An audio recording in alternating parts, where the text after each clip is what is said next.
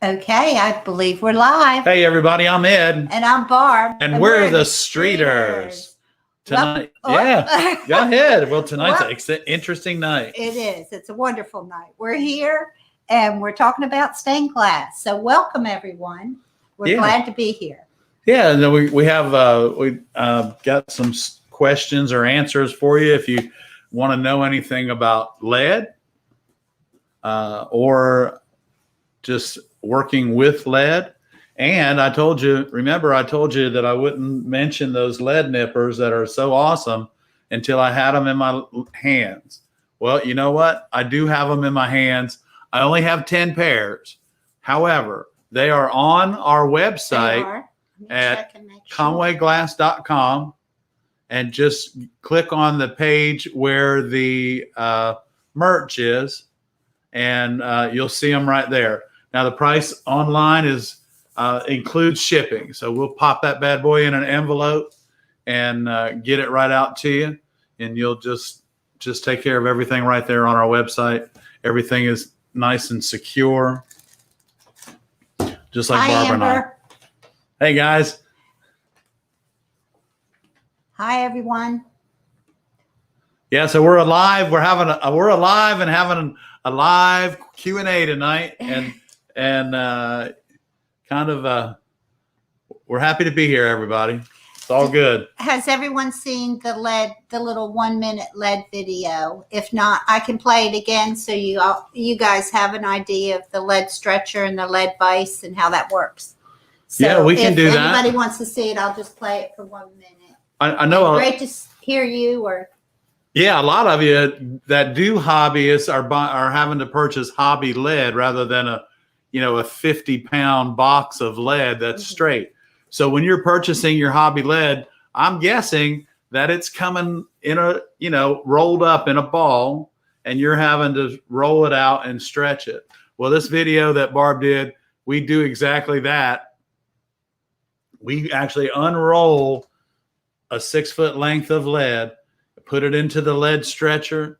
We put it in the vise first, roll it out, put it into the I believe we use the Stanton lead stretchers, but I don't remember.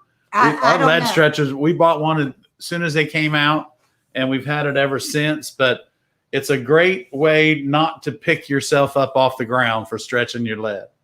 So it's a little pricey. Yeah, it won't knock you that. Yeah, if you've got a lead vise on the table and you grab it with your grousing pliers on the other end and kind of snatch it, well, I don't know if you've ever noticed, but there are seams in your lead. And you know what? When that seam pops and you're yanking on it, you will find yourself picking yourself up off the ground. And I know I've done it more than once. So. I know.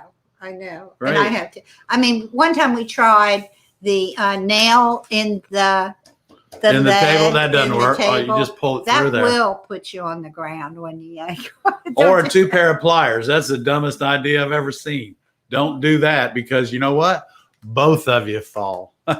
You don't want to do that. So just, the lead stretcher is a good way to do it. If you don't have a lot of lead to stretch, it may be quite an investment, because they're about $120. But they are on Amazon, and you do get free shipping with them. So you can purchase it there. Working with lead, y'all, there's a lot of different things. Working with lead requires you to own a wattage controller. With copper foil, you can run your iron up and get it really hot and take chances on breaking your glass. But with lead, there's a fine line between melting your solder and melting your lead at the same time. And you definitely don't want to do that. I mean, you just did all this beautiful work on your lead, taking your time, mitering everything, and then you touch it with your soldering iron and it all just disappears. Oh my gosh, that's so disheartening. So we have any questions, Barb? Yes. Amber asks, she bought some lava glass, and I'm not familiar with that. Maybe you are. And she hears that it is a bear to cement. Is there some glass that you just can't cement? just have to use Lava the glass. thumb technique. Yeah. If they're Painted glass, you can't just put cement on it. painted glass, you can't just putty it either. My suggestion is when we do the church windows and we do the painted medallions, we do putty them by hand because you don't know if they were fired correctly long enough or they were in that soak period for long enough for the paints to stay on correctly. Lava glass, I don't know what lava glass is. I have a friend in New Zealand who owns a company called Lava Glass, but he's a glass blower. And of course, New Zealand is land of many, many, many volcanoes. So I'm sure his lava glass is from him. Yeah, if it has a heavy texture on it, use the old thumb technique. Yeah. Just do, don't spread it all over. If you do spread it all over, you're going to have to take it off right away. So why bother? Just do that. Yeah, just use your thumb. Maybe set some of your glazing compound with the lid off of it while you're doing everything else, and let the some of the lacquer thinner evaporate out of it. Make it just a little bit thicker, and then use the side of your thumb by pressing and pushing all the way around, polish it. And if you need to, the very next day, then, finish cleaning it. But if you've got a deep texture, don't let it sit I wouldn't let it sit more than 24 hours. Right. And definitely don't let it sit in the sun. Oh my gosh, that would be a tragedy. Okay, and Brenda's here again this week. Hey, Brenda. Black patina, having problems with spotty coverage. Is that normal? I've seen videos about washing it off after a few minutes. Others say it should let it sit. Could it be because of my water? Well, what it could be is first of all, before you apply your black patina, you have to remember to clean that solder really good and then steel wool it.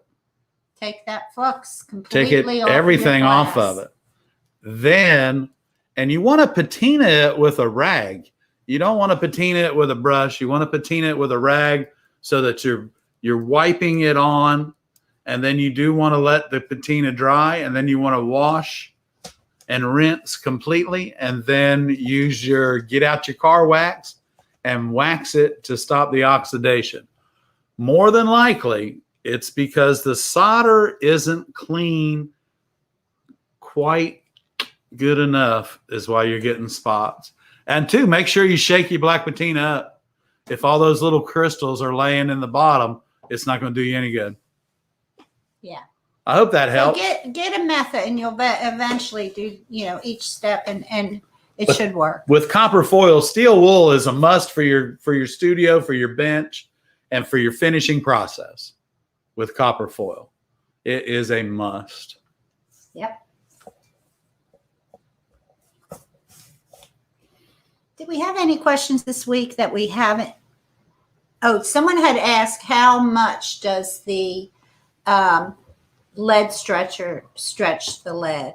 Well, that's going to vary, but most of the time when I stretch my lead, it's about 5 inches. It's about 5 inches, I think. So, and when you do stretch it, you'll want to make sure that you only stretch it really that 4 or 5 inches, because if you stretch any further than that, it's probably going to pop if they have a seam where they joined it together when they were extruding the lead caming. And then the other thing is really, if a good way to tell if you're stretching your lead far enough, the first piece you stretch, before you stretch it, just hold it between 2 fingers about 3 feet apart like that. And you're going to see it's going to fold over your fingers. So then put it in your lead vise, stretch it that 5 inches, hold it up on the same plane as you did prior to it, and you'll see that lead will stand out straight. And what you're doing when you're stretching the lead, of course, it's going to move. It's going to move from heat. It's going to move from weight, and it's going to move from gravity. But you're also activating the molecules within the lead itself, and you're making it become more rigid. So now your window becomes more rigid because of a simple process called stretching the lead. Question. Brenda wanted to know if we use a commercial flux remover. We do not. We use glass cleaner. And Dawn, if we have to. And Dawn, we don't get paid from Dawn. Or Procter and Gamble, I guess it is. But Any dish soap. Any dish soap. Just warm soapy water. You don't have to like run it outside under the hose or anything. If the window's large enough, I suggest you do take it outside, wash it with the hose and, with a sponge, and rinse it off, take it back in and clean it up. It should be sturdy enough. Your windows should be plenty sturdy enough to be able to take. And it's getting a little dark in here, y'all. If you remember, we've got tropical storm number 4 offshore. Let me fix us. We're going to lighten ourselves up. We've got tropical storm number 4 sitting off of our Charleston shore. We were hoping it wouldn't come in while we were doing the live stream. Yeah, we're just getting another band of rain up here. So it's actually any storm is better than a really bad one. So just a little tropical update here. This bad boy will be out of here tomorrow, and we're back on track again. But tropical storm number 4 and hurricane season starts the 1st of June, and it doesn't end until after Thanksgiving. Can you imagine? Well, it looks like we got a lot of clouds, so that how's that color? Yeah, that looks good, Barb. Thanks. Okay. Thanks, Barb. Thanks. Brenda says she uses Dawn, so yeah. Yeah, Dawn dishwashing. Right. So it's just you're doing it right. Steel wool might help, and steel wool may help. It just depends. Not with the soap on it. No, not with the soap on it. But you want to remember to shake your patina up completely. Oh, so we did have a question about how do you patina a copper or a brass lampshade vase cap? Well, I'll tell you. Okay. Oh, I didn't see that one. Where is it? Oh, from this week. Yeah, from this week, earlier this week. Yeah, I remember. So how do you patina a copper vase cap for a lamp? Because they've tried it and they don't want to solder the whole vase cap. So let me tell you, this is what you do. Get out your notebook. You ready? We're short on this, so be tuned in. But we're going to do a short on this. Okay, so grab a cap full of black patina, a small packet of salt out of your little thing from Kentucky Fried Chicken. Get the salt out, pour that in there. Steel wool your vase cap really well. Don't solder it. Don't do anything with it. Steel wool it really well. Take your rag, dip it in the black patina and the salt mixture. Put it on your vase cap. Your vase cap turns an automatic, beautiful bronze color, and it'll look just like the rest of your lamp when you black patina it. That makes it really easy to finish your lamp with a brass vase cap without having to solder the entire vase cap so that the patina will look good. The salt oxidizes the brass. Boom. And you're back on it. We'll do a short on this in the next week or so, but we had that question last week, and I just thought of it, and I've been doing that to vase caps for 40 years. But if you didn't know that little trick with the salt, there you go. That'll help you a lot, and it'll work on any brass fixture. So think about that. Think about it. Think about it. Okay, let's see if we got any more. I meant to write all the questions down, but I left my notebook in Artie, so I had to kind of. We had to leave a lot of things in Artie this week. But anyway, we'll get it soon, I hope. Thanks everybody for tuning in. Yeah, If you hey, have Lee. any questions about lead or copper foil or Let me ask you guys a question. Are most of y'all, when you're buying your lead, are you having to buy it in a hobby style so that it's rolled up and coiled up in a little, like maybe a 4-inch circle?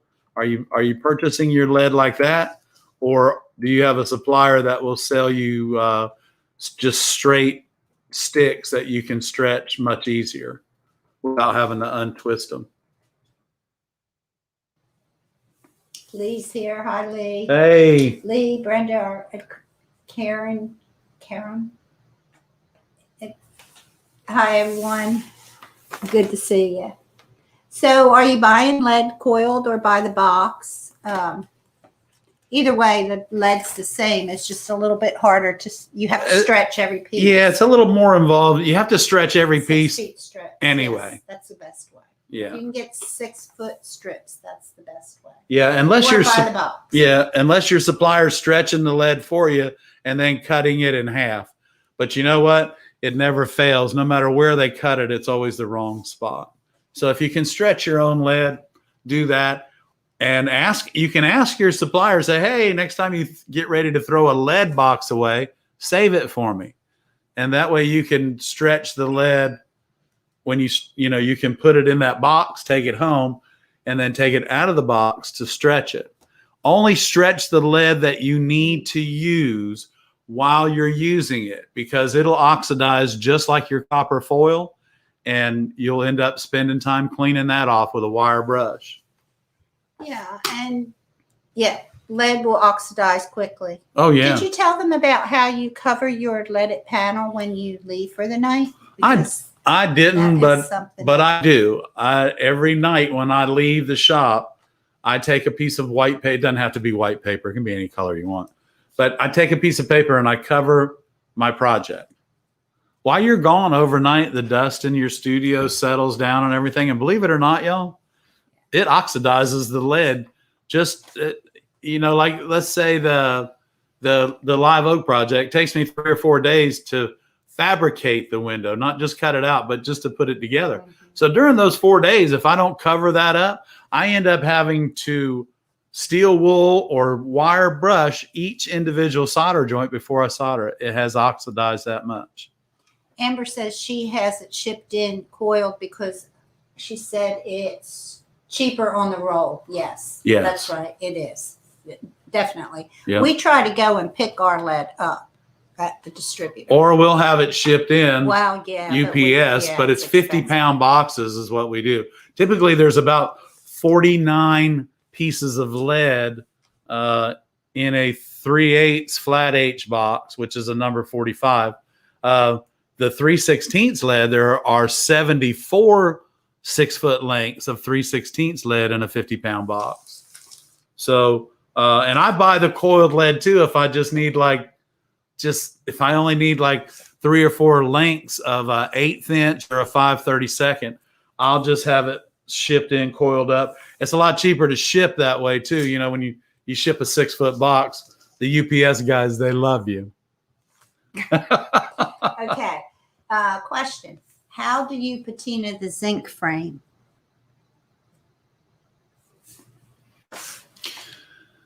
The zinc frame will patina as well. You have to clean it really well. It cannot have any oxidation on it whatsoever. And the patina will stick to the zinc, the black patina. It'll stick to the solder joint better, but it will patina itself. The zinc will patina itself because it has tin in it, okay? So if you need to steel wool that zinc though, so that it's really, really, really, really shiny before you patina it. Next question. Someone was told, Mary, hey Mary, Mary was told to only buy as much lead as she needed because it's not good to have it sit around because it gets old. Does it break down or just oxidize? It does not break down. It oxidizes. And if you purchase it in coils, then throw it in a Ziploc baggie and close it up. Yeah, and if you're purchasing it in a spool, On a spool, just cover it. wrap it up. Or long, just cover it. Just cover it. Don't lay it on a concrete floor. Keep it up off the floor. And we've kept it for years. Yeah. So, I've got zinc under my table that we probably had. Lead. Okay, well, lead, even lead, either one. Now, and you can also, if you like your lead in a baggie, that if you can put it in a baggie that's coiled, just get you a little desiccant pack out of actually if you get a new pair of shoes, inside that shoe box is a little desiccant pack. Throw it inside the bag and then close that Ziploc baggie up, and your lead won't oxidize at all. It'll keep the moisture out of it. Yeah. There are those little desiccant packs are in everything that they're shipping from overseas because they're coming across the pond and it's very damp, y'all, as you can imagine. Okay, and so here's another question. Do we ever use the tabletop foiler or do it all by hand? They're thinking about ordering one. I love tabletop foilers. Barbara loves it because it's depends on the job. Yeah. Oh, yeah. It depends on the job. It's a must-have. Yeah, for a lamp, it's a must-have, and for multiple pieces, you can just sit there, just anchor it. And the first thing, you just don't get frustrated at first, because the main thing with your tabletop foiler is getting the tension just right, so because it's the best way I can explain the tabletop foiler is it's kind of like a bait casting reel, which is one of the hardest reels to operate until you get the tension right.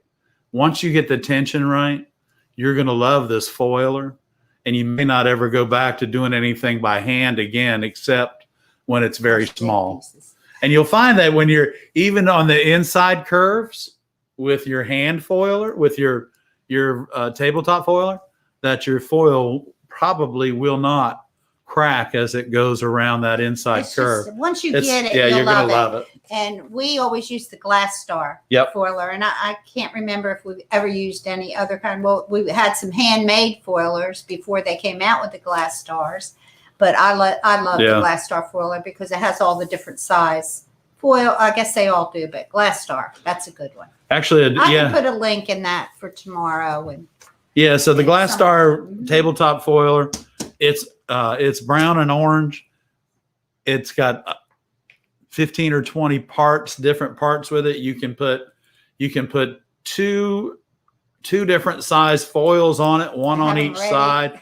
You can be ready to go at a moment's notice with your tabletop foil, and you're going to love it. Yeah. Just take the time to get the tension right, read the directions, and send in your warranty card, because Glass Star is really good about taking care of their product if you have a problem. Yeah, they should sponsor some of our videos. Well, maybe we'll call them and see. We love Glass Star. Oh, Mary said she has a Glass Star. You have a Glass Star? Okay. Mary says she has one. Okay, great. You'll love it. Lee, talk to Mary. Mary will tell you all the great things about it. Yeah, and it's all about tension. Is that right? If you get the tension right, you're just like. Okay, other question. Do you grind all your glass even if you are cutting squares that are clean cuts? For copper foil? Copper foil, yes. Just take the sharp off. Yeah. You don't spend a lot of time. Don't change the size. Yeah. Zip, zip, zip, zip. Just make a little bit of it'll keep the foil on. You want to rough up the edge of the glass, and then when you're cleaning it, you're removing any cutter oil. But you definitely want to make sure you rough up the edge of the glass before you foil it. When you're leading something, the only reason you should need to grind is because you didn't cut it right.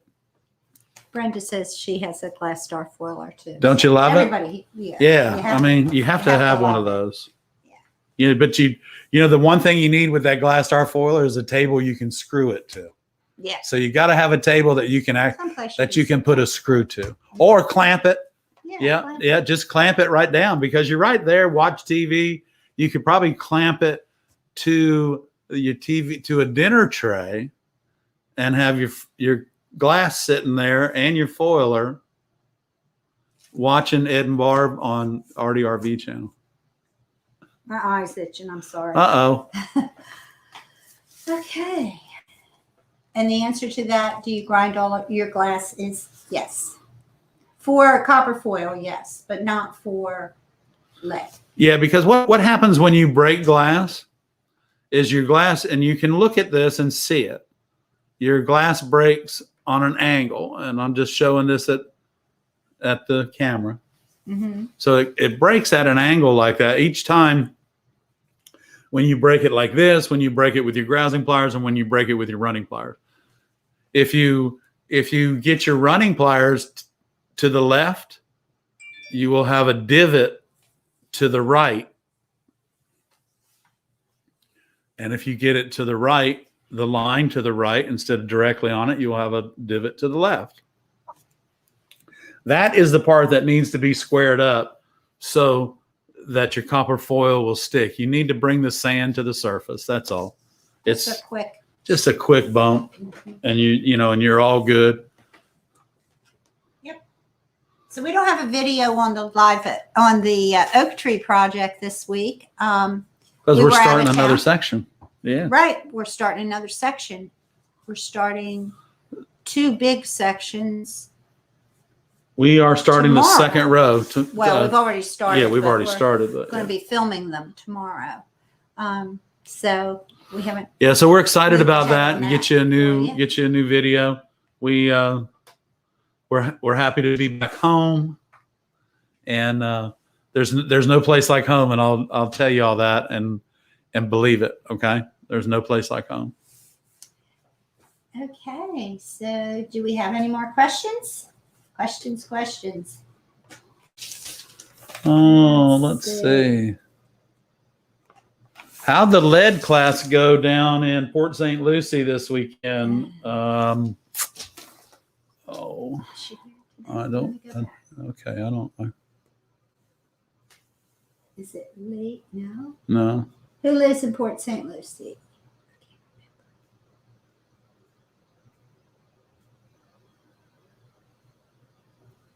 Okay, one of our students was taking a lead class last weekend, and I don't think it was our first class was Saturday last weekend, so just kind of wanted to see how that went for her. I hope it went well, and this is what a great night. I hope everybody's happy settled in at home, and I hope you guys have a happy 4th of July is coming. Yeah, 4th of July weekend. See you guys on the 5th. Yep. We'll have a video. The video will air at 7, and then we'll follow with the live stream so that you can ask questions about the video, if that helps that way. I think that might help like that. Yep. But yeah, we didn't have time to do another video, and things got kind of out of whack, but we're back. Yeah, we're back. We're home. We're home, and Dixie's doing good. So you probably see a couple shorts come out in the next couple days, and we'll share those with you. So yeah, it's Barb.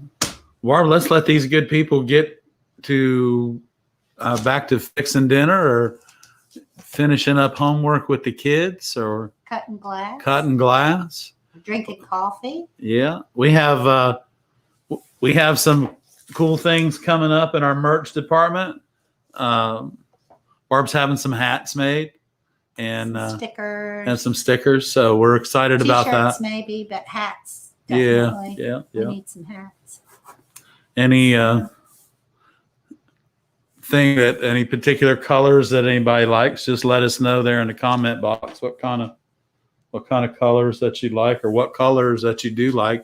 Most of you, those of you that are doing stained glass, we know you're color people anyway, because of what you do for a hobby or a living. Okay.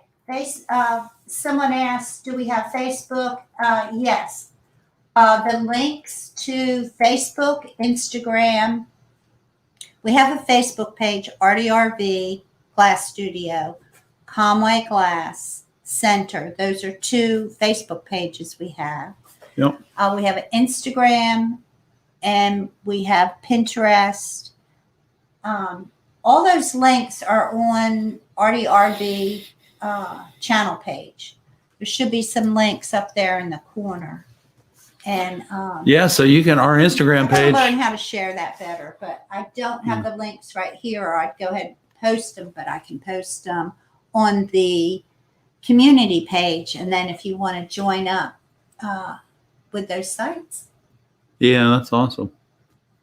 Because we have a lot on our Pinterest page. We have a lot of stuff about our the glass blowing studio, and a lot of different things. And on the Pinterest page, you find out a lot about Barbara and I just from the photographs of the different things that Barbara and I like together. Someone made a spinner for the 4th, and it was very frustrating but fun. I don't know what a spinner is. No. I think I know what it is, No. but I've seen it on Stained Glass Addicts. I think that Facebook page. I'm a member of that too. That's a fun page. Like, we've got all kinds of people doing stained glass. Yeah, and They've got most a bunch of members doing all kinds of pretty things. What? Yeah, What do you spinners, they're think of tough. spinners? Spinners Yeah. are tough. Anything that is put together in a box kind of shape. Yeah, and anything that you do once, if you'll do it 99 more times, it'll be awesome. Easy. Okay. That's everybody's always told me. Once you do something 100 times, you got it. Okay. Well, I think we're gonna kind of sneak out of here and get some supper. I want to thank you guys for tuning in tonight. And remember, if you haven't already done it, click the bell up in the corner, just as a reminder, because I just clicked my bell. Wanted you to hear that. And you can see it above my head right there, our good golf bell. How many bandanas does that have? A 24 right now. I just keep my hair pulled back. Yeah, I have a bunch of them. And you know what, though? Up until the COVID came, my hair, I kept a very short crew cut. And I just haven't found the desire to go into a someplace and get my hair cut. I just haven't found the desire to do that yet, and to be in that. I don't know where close. you got that bandana. I've never seen it before. Well, Did you know, steal that from me? I might be yours, Barb. I don't know. That one must have been hidden in the back of the drawer. Anyway. So anyway, we're just. I do have a lot of bandanas, and I used to keep a very short haircut, and I kept a real short haircut until I was 13, and then my father finally let me grow my hair, and then I grew it for a long time until I met Barbara, and then I cut it again. And I had to clean up my act. Yeah, that was a long time. That was a long time ago. Okay, you're cleaning up. All right, guys, we will see you next week. We appreciate you watching. Yeah. Stay out of trouble. Happy cutting, everybody. And those new tools that you're learning about, the tabletop, foiler, and all that, those things really do help you. And the more little cool things you can add to your arsenal, a lot of times the better off you are. Don't forget, I got the lead nippers on the website. Only 10 pair that I could find in the whole country. So we might get more in. But we might get more. I'm looking. Okay. Thank you, guys. See you next week. Good night, Have a everybody. happy and safe 4th of July. Please do. Bye-bye.